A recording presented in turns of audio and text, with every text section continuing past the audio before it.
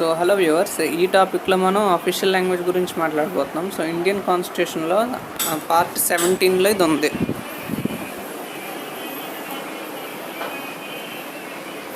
Okay, so part 17 of Indian కాన్స్టిట్యూషన్లో మనకి article 343 నుంచి 351 వరకు ఉంటుంది.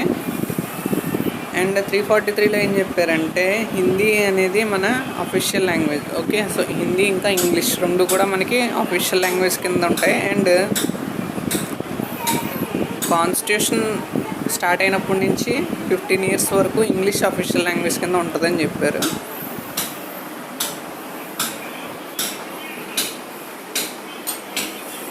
అండ్ దీంతో పాటుగా ఆర్టికల్ 344 హిందీ కమిషన్ గురించి చెప్తుంది, అఫీషియల్ లాంగ్వేజ్ కమిషన్ గురించి. అండ్ హిందీ పార్లమెంటరీ కమిటీ ఒకటి ఉంటుంది. ఈ రెండు టాపిక్స్ గురించి చెప్పారు 344లో. 345లో స్టేట్ యొక్క అఫీషియల్ లాంగ్వేజ్ ఏంటనేది ఆ స్టేట్ యొక్క అసెంబ్లీ లేదా ఏదైతే అంటే పర్టికులర్ స్టేట్ వాళ్ళు డిసైడ్ చేసుకోవచ్చు. ఓకే, సో ఆ పర్టికులర్ స్టేట్ అసెంబ్లీ అనేది డిసైడ్ చేసుకుంటుంది ఆ స్టేట్ యొక్క అఫీషియల్ లాంగ్వేజ్ ఏంటని. ఓకే, అంటే ఇప్పుడు మన స్టేట్ ఆంధ్రప్రదేశ్ ఉంది. ఓకే, సో ఇక్కడ official language English and Telugu అలాగా. నెక్స్ట్ వచ్చేసి ఆర్టికల్ 346 ఏం చెప్తుందంటే స్టేట్ ఇంకా సెంటర్ మధ్యలో లేదా స్టేట్ టు స్టేట్ మధ్యలో ఏ లాంగ్వేజ్ యూజ్ చేయాలి అనే దాని గురించి ఇందులో చెప్తున్నారు. ఓకే, సో అంటే ఇప్పుడు స్టేట్ అయిపోయింది కదా. సో స్టేట్ అయిపోయిన తర్వాత స్టేట్ ఇంకా సెంట్రల్ ఈ మధ్యలో వీళ్ళిద్దరు మాట్లాడుకోవాలంటే ఏ లాంగ్వేజ్ యూజ్ చేయాలి అది 346 చెప్తుంది. అండ్ 347 ఏం చెప్తుందంటే ఇప్పుడు కొన్ని స్టేట్స్లో ఏంటంటే కొన్ని పర్టికులర్ ఏరియాస్లో పర్టికులర్ లాంగ్వేజెస్ మాట్లాడతారు. ఓకే, సో అలాంటి వాళ్ళకి ప్రొవిజన్ అనమాట.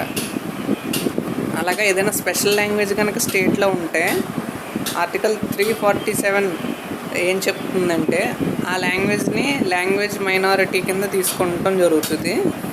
ఓకే, సో ఆ లాంగ్వేజ్ని ప్రొటెక్ట్ చేసుకోవడానికి వాళ్ళకి కొన్ని ప్రొవిజన్స్ ఇచ్చారు. Okay, so special language of particular area 347 చెప్తుంది. అండ్ 348 కోర్టులో ఏ లాంగ్వేజ్ యూజ్ చేయాలి, హైకోర్టు సుప్రీంకోర్టులో దాని గురించి చెప్తుంది. అండ్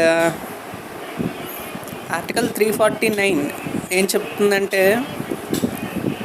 కాన్స్టిట్యూషన్ స్టార్ట్ అయినప్పటి నుంచి 15 years లోపు పార్లమెంట్లో అఫీషియల్ లాంగ్వేజ్కి సంబంధించి ఏ టైప్ ఆఫ్ యాక్ట్స్ అనేవి తేకూడదు అని చెప్పింది. ఓకే, అయితే తేవాలనుకుంటే ఏదైనా యాక్ట్ 1965 లోపల ప్రెసిడెంట్ దగ్గర నుంచి పర్మిషన్ అనేది తీసుకోవాల్సి ఉంటుందని చెప్తుంది 349. ఓకే, సో కానీ 349 ఇప్పుడు మనకి ఎటువంటి విధంగా యూజ్ చేయము. అది 349 యొక్క యూజ్ అసలు ఇప్పుడు లేనే లేదు. ఓకే, సో ఆ టైం అయిపోయింది.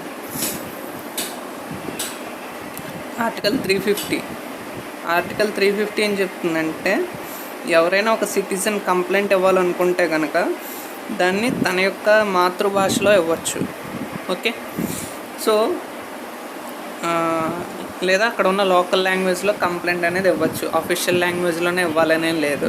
ఓకే, సో ఏ భాషలో అయినా కంప్లైంట్ చేయొచ్చు.